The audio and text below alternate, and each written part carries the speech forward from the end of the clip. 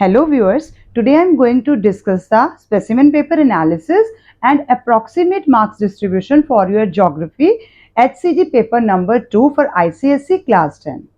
So to start with part 1 of your geography paper, part 1 of 30 marks carrying 3 questions. First question from your topographical maps, interpretation of topographical maps, 10 marks, total 10 marks, 5 parts, उसके सब parts भी हैं. Next is map of India, total 10 marks.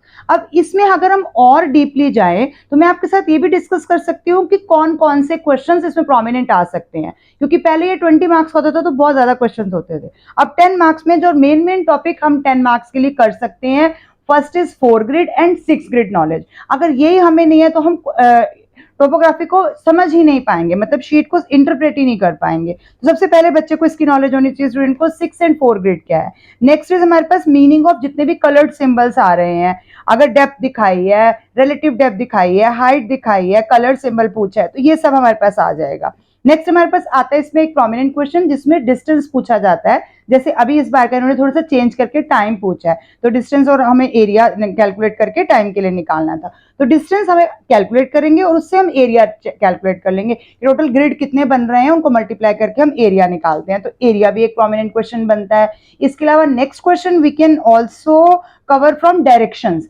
Geography है तो directions के बिना कैसे complete होगा. तो डायरेक्शंस एक प्लेस की दूसरे प्लेस से, ए स्टेशन बी स्टेशन से कितना कौन सी डायरेक्शन में जा रहा है, तो हमें ध्यान से देखना है फ्रॉम लिखा है, टू लिखा है, क्या चीजें स्टेटमेंट को ध्यान से इंटरप्रेट करना है. तो डायरेक्शंस पे एक क्वेश्चन जरूर होगा. नेक्स्ट है स्लोप ऑफ रिवर. अब स्लोप ऑफ रिवर के लिए आपको क्या देखना है, दो चीजें देखनी है स्लोप ऑफ रिवर के लिए. पहला आ जाएगा कि आप ऊपर से नीचे की तरफ आ रहे हैं, यानी कि रिवर का एरो कहाँ है. तो अगर आप ऊपर से नीचे की तरफ आ रहे हैं तो इट मीन्स हमारा इस तरफ से और इस तरफ जा रहा है. तो इस तरफ मीन्स अगर मैं टोपो शीट की बात करूंगी तो मेरा इस साइड मीन्स ऊपर है यानी नॉर्थ है, और इस तरफ मेरे पास क्या हो गया, वेस्ट हो गया. तो नॉर्थ वेस्ट हो गया, और नॉर्थ वेस्ट से नीचे जा रहा है यानी कि साउथ ईस्ट की तरफ जा रहा है. तो आपने ऐसे पूरे डायरेक्शन का एरो लगाना है.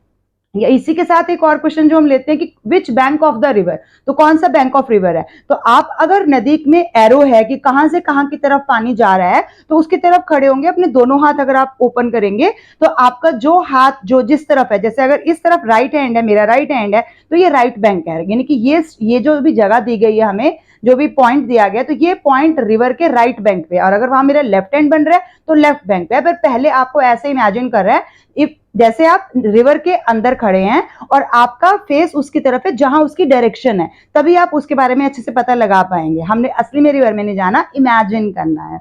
उसके बाद हमारे पास इसमें एक और कंफ्यूजन आता है कि अगर एरो नहीं दिया है तो आप कैसे पता लगाएंगे कि कहां से कहां है. तो वहां पर फिर हम कॉन्टूर इंटरवल्स की हाइट को देखते हैं कि कितने हाइट पे कॉन्टूर इंटरवल, इमेजिनरी हाइट जो हमें दी हुई है वो कितनी कितनी है. तो वो हमारे पास इमेजिनरी लाइंस जो कॉन्टूर लाइंस हम लेते हैं, तो किस ज्यादा मैक्सिमम वाली मतलब नंबर आएगा और कम वाला नंबर आएगा, तो उसकी स्लोप इस तरफ आ रही है रिवर की, तो सेम बाकी का क्राइटेरिया सेम रहेगा. तो इसके साथ रिलेटेड क्वेश्चन आ जाते हैं. नेक्स्ट हमारे पास आ जाता है इसमें कॉन्टूर इंटरवल निकालना. तो हमारे मैप का कॉन्टूर इंटरवल आइडियली जो होता है वो 20 ही होता है.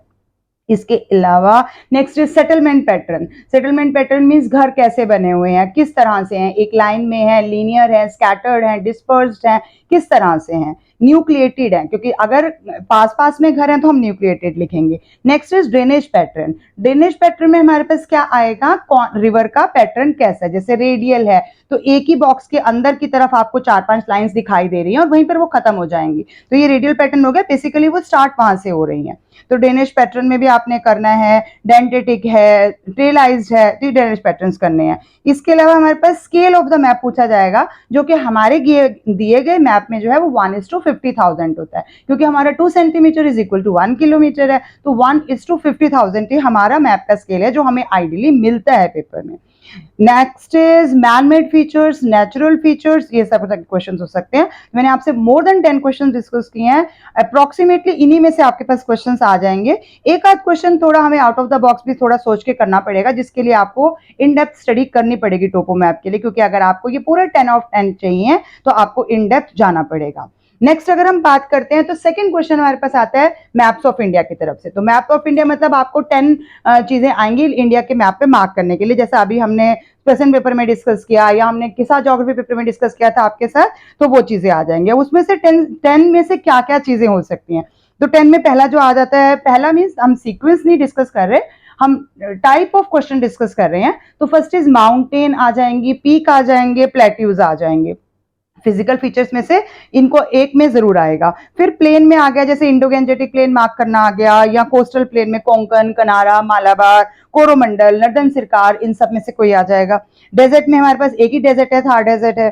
इसके अलावा रिवर्स में हमारे पास जितनी भी रिवर्स हमारे सिलेबस में है, कोई ना कोई एक रिवर हमें जरूर मार्क करनी आ जाती है। या अगर यूं कहा जाए कि अब हम पेपर को थोड़ा लॉजिकल बना रहे हैं, तो जैसे इस बार के पेपर में आया कि रिवर के साथ एसोसिएटेड सिटी पूछ ली, तो रिवर भी बच्चे को पता होना चाहिए और उसके वहां पर कौन सी सिटी हो सकती है वो भी पता होनी चाहिए। तो रिवर के साथ एसोसिएटेड सिटी का नाम आ गया, अदरवाइज रिवर तो हमें पता ही होनी चाहिए।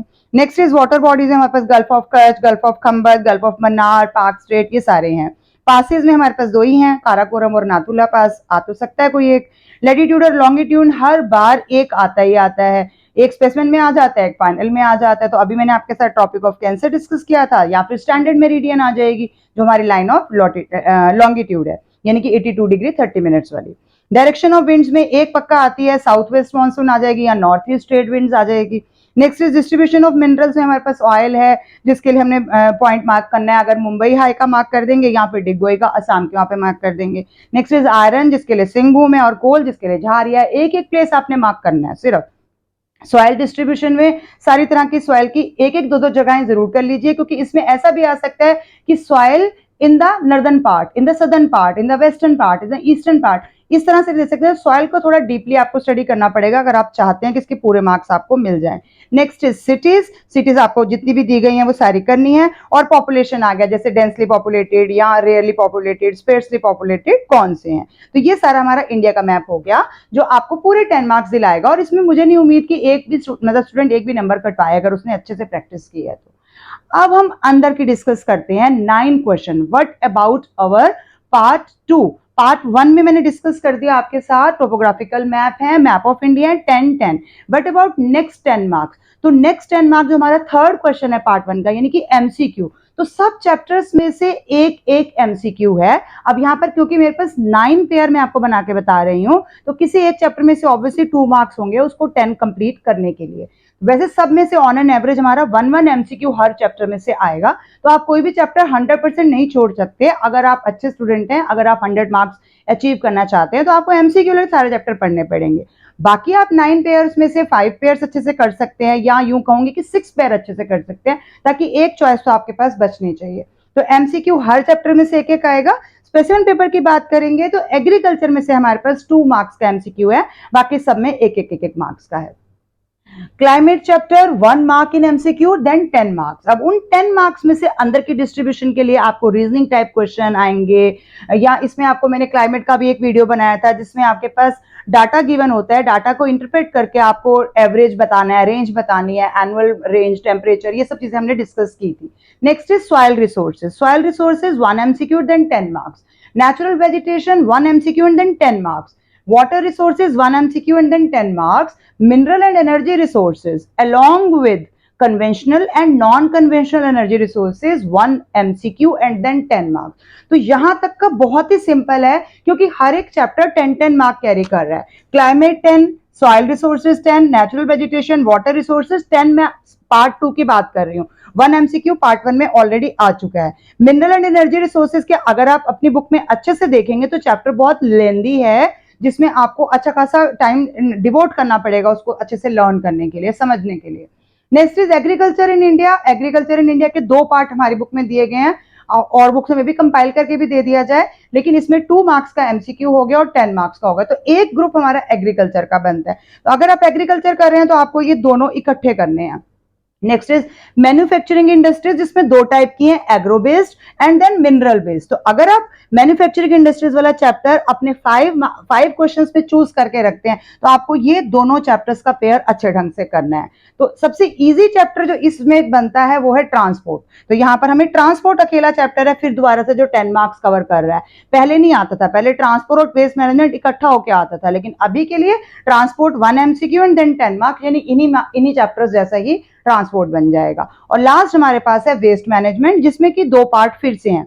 Waste management part 1 and part 2, तो ये भी पेयर आपने इकट्ठा करना है। तो ये पेयर भी आप इकट्ठा करेंगे तो 1 MCQ and then 10 marks total हो जाएंगे। तो आपके पास एग्रीकल्चर, मैन्युफैक्चरिंग इंडस्ट्रीज और वेस्ट मैनेजमेंट, इन तीनों की ग्रुपिंग आप करोगे तभी आपके ये चैप्टर्स जो है वो 14 से 9 बन जाएंगे।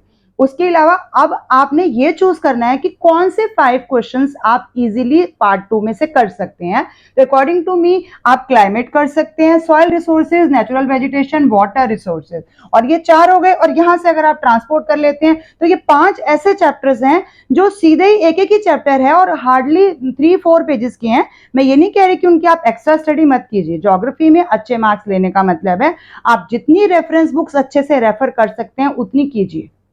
तो ये आपका 5 चैप्टर्स हो गए। बाकी अगर आप इन डेप्थ स्टडी करना चाहते हैं, आपको आगे भी ज्योग्राफी में ही स्टडी करना है, तो जरूर इन चैप्टर्स के अंदर जाइए। बहुत इंटरेस्टिंग चैप्टर्स हैं और इनमें से मार्क्स भी आपको लेने हैं, तो मेहनत करनी पड़ेगी तभी आप अच्छे से मार्क्स ले पाएंगे। तो I hope now you understand the distribution of marks in your geography paper. So thank you for watching till the end. Keep watching, sharing and subscribe to my channel अगर आपने अभी भी नहीं किया है तो। Thank you.